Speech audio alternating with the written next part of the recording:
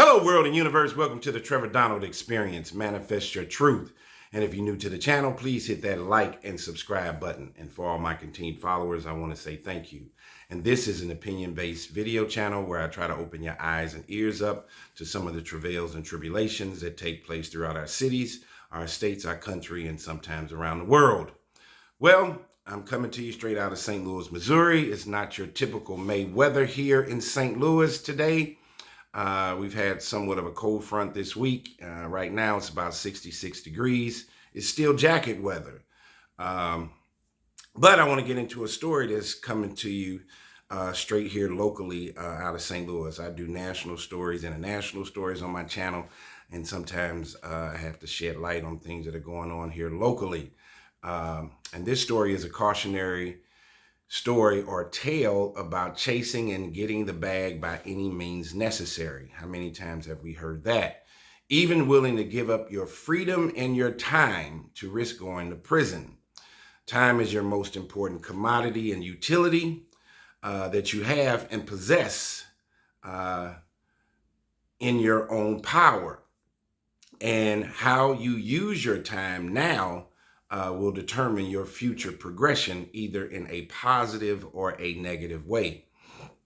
And so I didn't realize until I started my channel, the Trevor Donald Experience, that there were quite a few people who really took advantage of the PPP loan situation. And remember, that is the Paycheck Protection Program loans during the pandemic. And you had many people that falsified all kinds of government documents and applications, thinking they would get away with it. Receiving millions of dollars in fake companies, wire fraud, false identities, money laundering, etc. from our government. There is no way that you're going to trick the government in today's time when there are so many checks and balances. For example, signing government documents, dealing with banks for direct deposit. This is a digital technological footprint.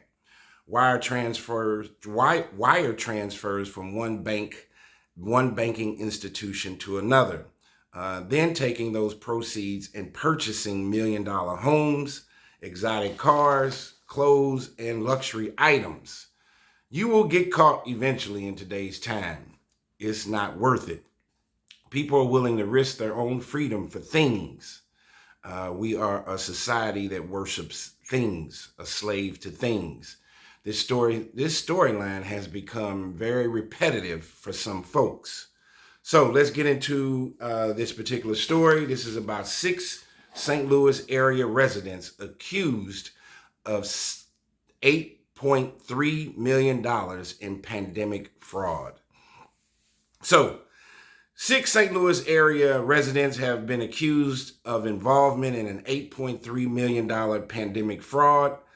3 have been arrested so far. And unfortunately, from these allegations, you have Raymond Porter Jr., 64 of St. Louis, was indicted recently with 28 felonies.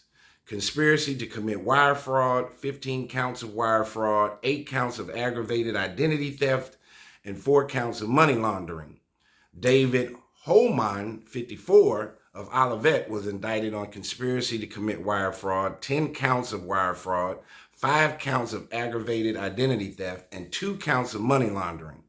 Monica Butler, 59. And listen, all these people are in their 50s. They should know better and do better, of St. Louis. And how are you going to trick our federal government? Was indicted on conspiracy to commit wire fraud, 4 counts of wire fraud, and 7 counts of money laundering. Because remember, with all these wire fraud and this money laundering stuff, if you're receiving money from the government, they're going to have you signing all kinds of documents. There is going to be a footprint and a paper trail for sure. Then you have Dana Kelly, 47.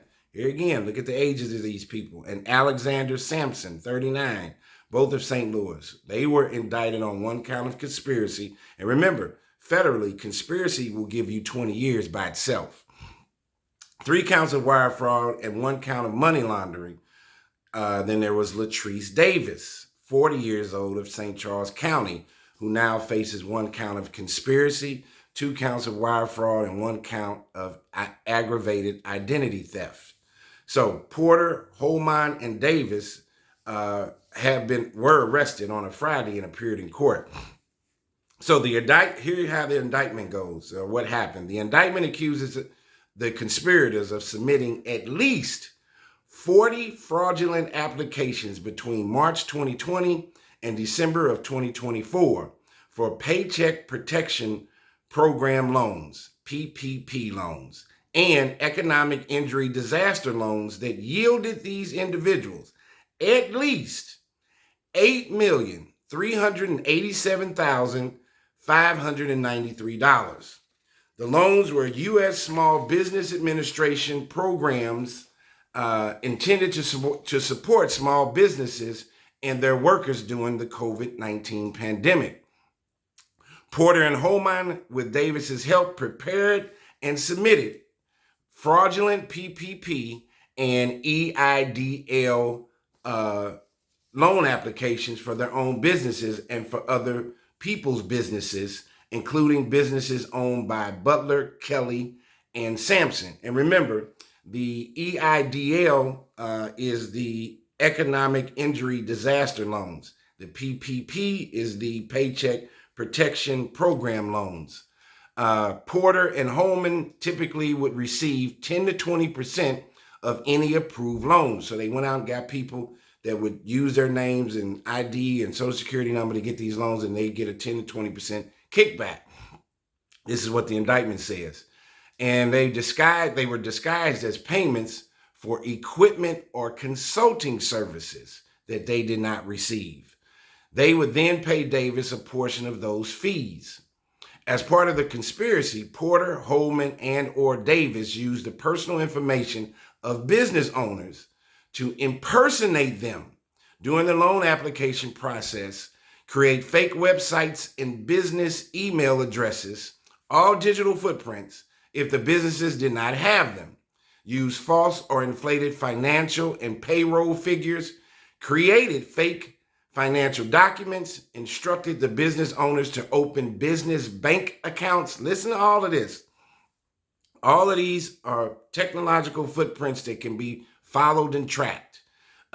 They opened business bank accounts to receive the loan proceeds and falsely claim that the money would be used for approved purposes, the indictment says. Davis sometimes registered sham businesses with the Missouri Secretary of State's office. So not only the federal government, but in the state of Missouri, with the Missouri Secretary of State's office, to aid the scheme. On multiple applications, Porter, Holman, and Davis concealed the identity of the business owners to hide it from the SBA and third-party lenders, the indictment says, such as by falsely identifying family members as the business owners. At Porter's direction, Kelly caused falsified federal tax documents to be filed with the IRS through her tax preparation business. Another digital application footprint, technological footprint. The Firm, it was called The Firm. For some of the businesses, the indictment says, Porter and Holman submitted fraudulent loan forgiveness applications for some of the loans. The indictment says that Porter and Holman directly received more than $1.4 million of the loan money, plus an additional $900,000 through preparer fees. They also obtained more than $1 million in loan money for Butler, nearly $400,000 in loan money for Kelly and Sampson, and then more than $95,000 in loan money for Davis.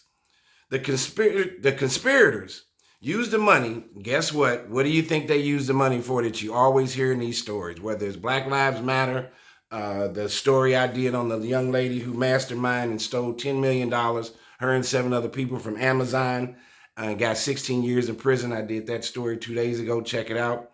So what did the conspirators, and what did they do? They bought $1 million houses, exotic cars, etc. So listen to this one. The conspirators used the money to buy vehicles. Guess what? Make personal payments to themselves, pay personal debts and bills, fund home renovations, buy designer merchandise, and cover expenses expenses of businesses other than the ones to which the money was lent, the indictment says. Charges set forth in the indictment are merely accusations and do not constitute proof of guilt. Every defendant is presumed to be innocent unless and until proven guilty. Since 2020, the IRS criminal investigation has investigated thousands of instances of alleged waste, fraud, and abuse of the CARES Act programs, said St. Louis Field Office Special Agent in Charge William Steenson. These programs were meant to provide economic stability to small businesses during the COVID-19 pandemic. When someone uses fraudulent means to gain access to government funds they are not entitled to, we take that very seriously and will investigate the allegations to the fullest extent to bring the fraudsters to justice. The alleged scheme involves submitting fraudulent loan applications on behalf of others as a paid service, said Special Agent in Charge Chris Crocker of the FBI St. Louis Division. The perpetrators allegedly submitted dozens of false loan documents to bilk millions of dollars from the taxpayer-funded pandemic relief programs. The FBI, IRS, Criminal Investigations, and the U.S. Department of Health and Human Services Office of Inspector General investigated the case. Now listen to the alphabet groups: FBI, the IRS, Criminal Investigation, and the U.S. Department of Health and Human Services. On April 7th, the Department of Justice announced the creation. Now, they're going after folks, so please pay attention and listen. Hopefully, none of you all have put your hand in that cookie jar and filed these false documents for these PPP loans. It will catch up with you. So on April 7th, this is what the federal government is doing. The Department of Justice announced the creation of the National Fraud Enforcement Division. Listen, folks, the core mission of the Fraud Division is to zealously investigate and prosecute those who steal or fraudulently misuse taxpayer dollars. Department of Justice efforts to combat fraud support President Trump's task force to eliminate fraud, a whole of government effort chaired by Vice President J.D. Vance to eliminate fraud, waste, and abuse within federal benefit programs. Tell me what you think of this story and these people that are chasing the bag by any means necessary. This has been a Trevor Donald Experience. Manifest your truth in a positive, righteous, and God-fearing way.